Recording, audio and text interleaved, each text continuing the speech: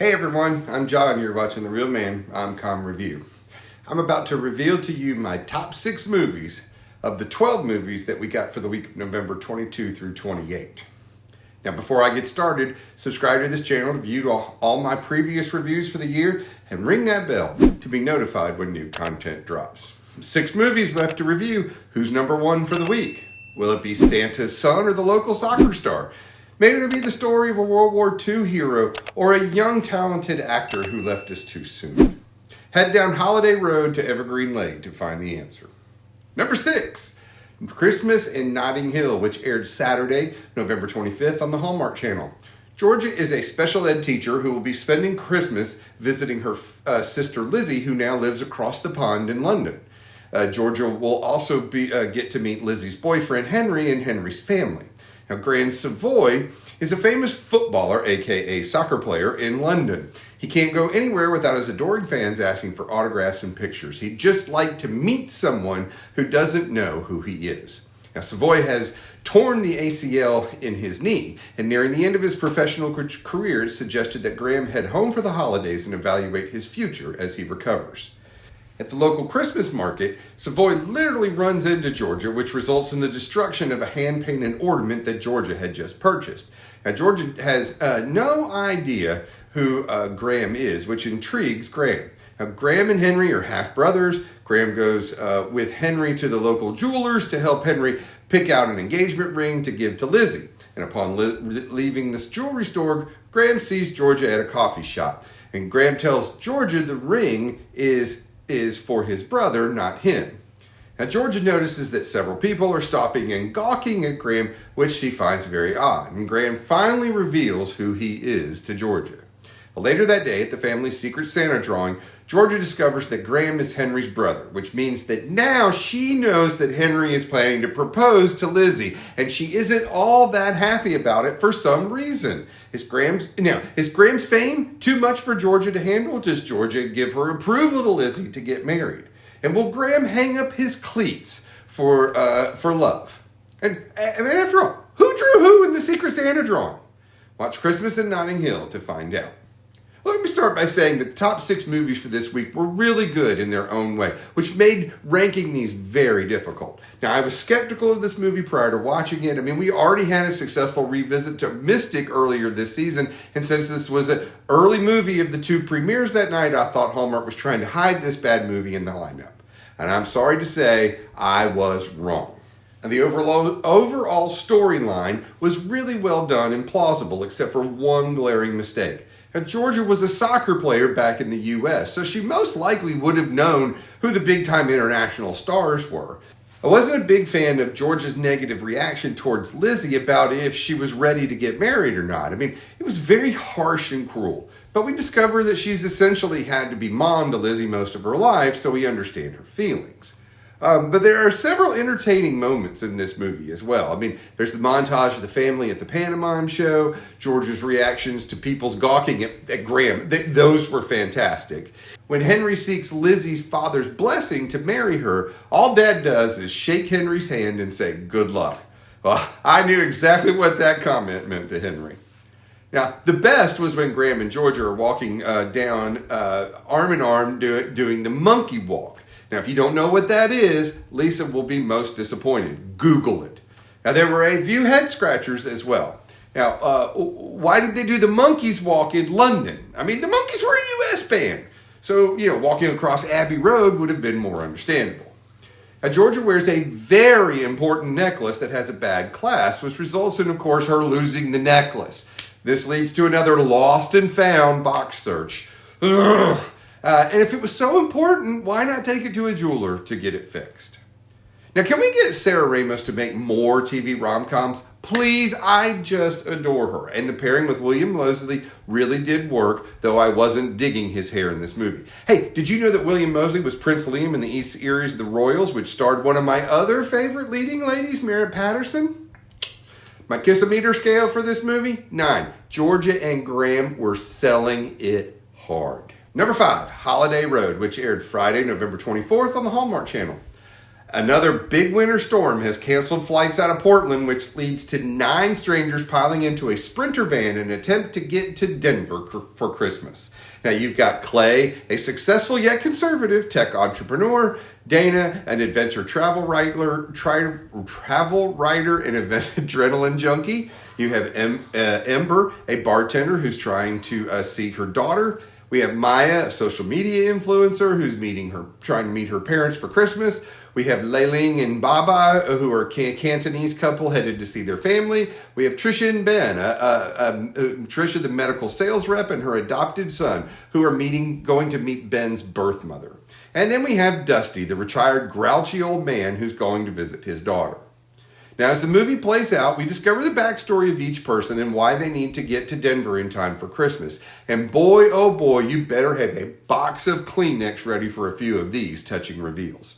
Now, this is without a doubt probably the best ensemble cast movie I can remember seeing on the Hallmark Channel. The writers do an excellent job of giving enough time for each character's story to play out while still finding time to throw in some twists and turns in their journey.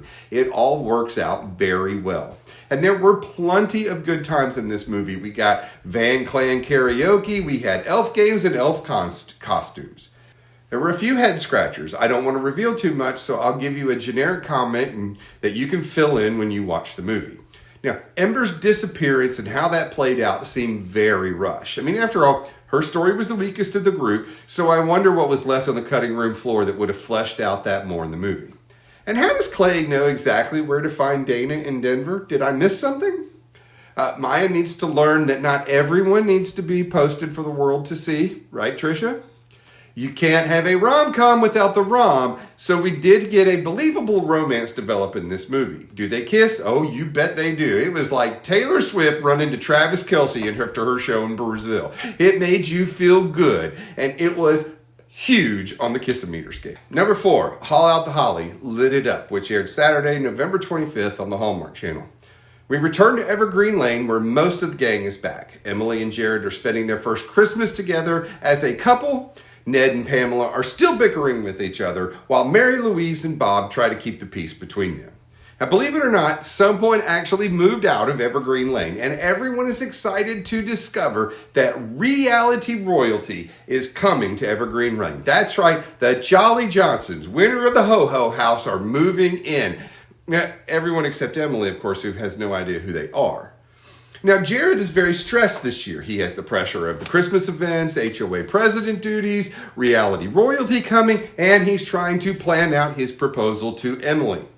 Now, Joe, Jane, and son Jimmy arrive along with their 2 moving trucks, one for the house and the other containing their Christmas decorations. The JJs want to see some changes made to the way things are done on Evergreen Lane, and not everyone is on board with the plans. Now, undeterred, the JJs hijacked the tree lighting ceremony with a fireworks show that would put most 4th of July shows to shame. Now, how will the addition of the JJs and their plans to change Christmas festivities on Evergreen Lane work out with everyone? Will Pamela eke out another contest win, or will Jane take the crown? Will Jared find the time to deal with all the things happening and still find a way to propose to Emily? Discover the answers when you watch Haul Out the Holly, Lit Up. Look, it was going to be a tough job to follow up last year's smash hit, which I have ranked as my all-time favorite Hallmark rom-com. Yet Hallmark pulled another rabbit out of the hat and gave us a very good sequel. What makes this movie work so well is that you have arguably the strongest supporting cast of any movie I have seen on Hallmark. I mean, Stephen Tobolowsky and Melissa Peterman are comic gold in this movie. And the addition of Seth Morris and Jennifer Aspin as Joe and Jane really amped up the movie. Now, as I watched the movie, I really didn't like the JJs, which is exactly how I was supposed to feel about them. So to have Ned become a turncoat and side with the JJs was just over the top fantastic. Now, as much as I like this movie, it didn't live up to the first one, and that is mostly due to Jared. I mean, when Jared was gushing over the JJs, that was hilarious. But that was where the fun in this character seemed to end to me. I just didn't like his storyline. Now, can we get a shout out though for those satin jackets that the gang donned? I mean, it gave me happy memories of the satin jacket I had in high school that I wore during wrestling season before I got my Letterman's jacket. I still wish I had it today, even though it would not come close to fitting. Anyway, Jared and Emily do kiss in this movie, but look, they're together now, so it was just kind of a ho-hum kiss for a proposal, which ranked about a 5 on the old kiss-o-meter scale. Now look, if you're enjoying this review, please like this video, subscribe to my channel to see all the content. And if you like the shirt I'm wearing, you can click on the link below in order to order this and other designs. Now, 3 movies are left. Is your favorite still in the running this week? Number 3, My Christmas Hero, which aired Friday, November 24th on The Great American Family. Now, Major Nicole Ramsey is a U.S. Army reservist and orthopedic doctor. Her new patient is the very handsome Major Daniel Ross, who has tweaked his knee playing basketball at the base. Now, Major Ross is so enamored with Major Ramsey that he talks about being lonely at Christmas when she asks how his knee feels. Now, Daniel asks Nicole out for cocoa after her shift, where Nicole talks about being chilly and wanting a man to warm up with. Now, these two are definitely smitten with each other. Nicole wants to discover more about her grandfather who died in Italy near the end of World War II. Well, Daniel just happens to be a war historian, which gives them plenty of reason to spend time together. Now, Nicole and Daniel discover the real backstory of her grandfather and also fall in love in My Christmas Hero. After last year's abomination that was A Christmas Present, along with the controversy around CCB's comments about how GAF was finally going to be was only going to be making faith-based movies, I didn't really hold out a lot of hope for this picture. I mean, I was really ready to rip on her move to GAF and how she may single-handedly keep this network from surviving. Well, I'm not afraid to admit that I was wrong when it came to this movie. My Christmas Hero was a really enjoyable movie, a good love story. The most important part of this movie was how this movie was able to provide us faith-based elements without the feeling that it was being crammed down our throats, as I felt in A Christmas Present. There was plenty of more fun in this movie as well. I mean, I love the different reindeer named Hot Cocos. Give me a Blitzen, which has a little bit of everything, all day long. When Nicole introduces Daniel as her major, Lisa and I both let out a hearty laugh. Unapologetically, this movie takes on the real-life trauma of PTSD, which many of our veterans deal with and struggle with daily. Now look, I get that CCB is the queen of GAF, so she gets the Thanksgiving weekend slot. But this was another military-based movie that would have been better suited for a Veterans Day release. I really enjoyed the casting of Terrell Rothery and Andrew Arley as Nicole's parents. Now, fans of Bramble House Christmas will remember them as inn owner Mabel Bramble and town Santa Ken, who end up becoming a couple. Now, I don't know if this is going to make my top 10 this year, but this was a solid movie that I would watch again. Number 2, Catch Me If You Claus, which aired Thursday, November 23rd on the Hallmark Channel.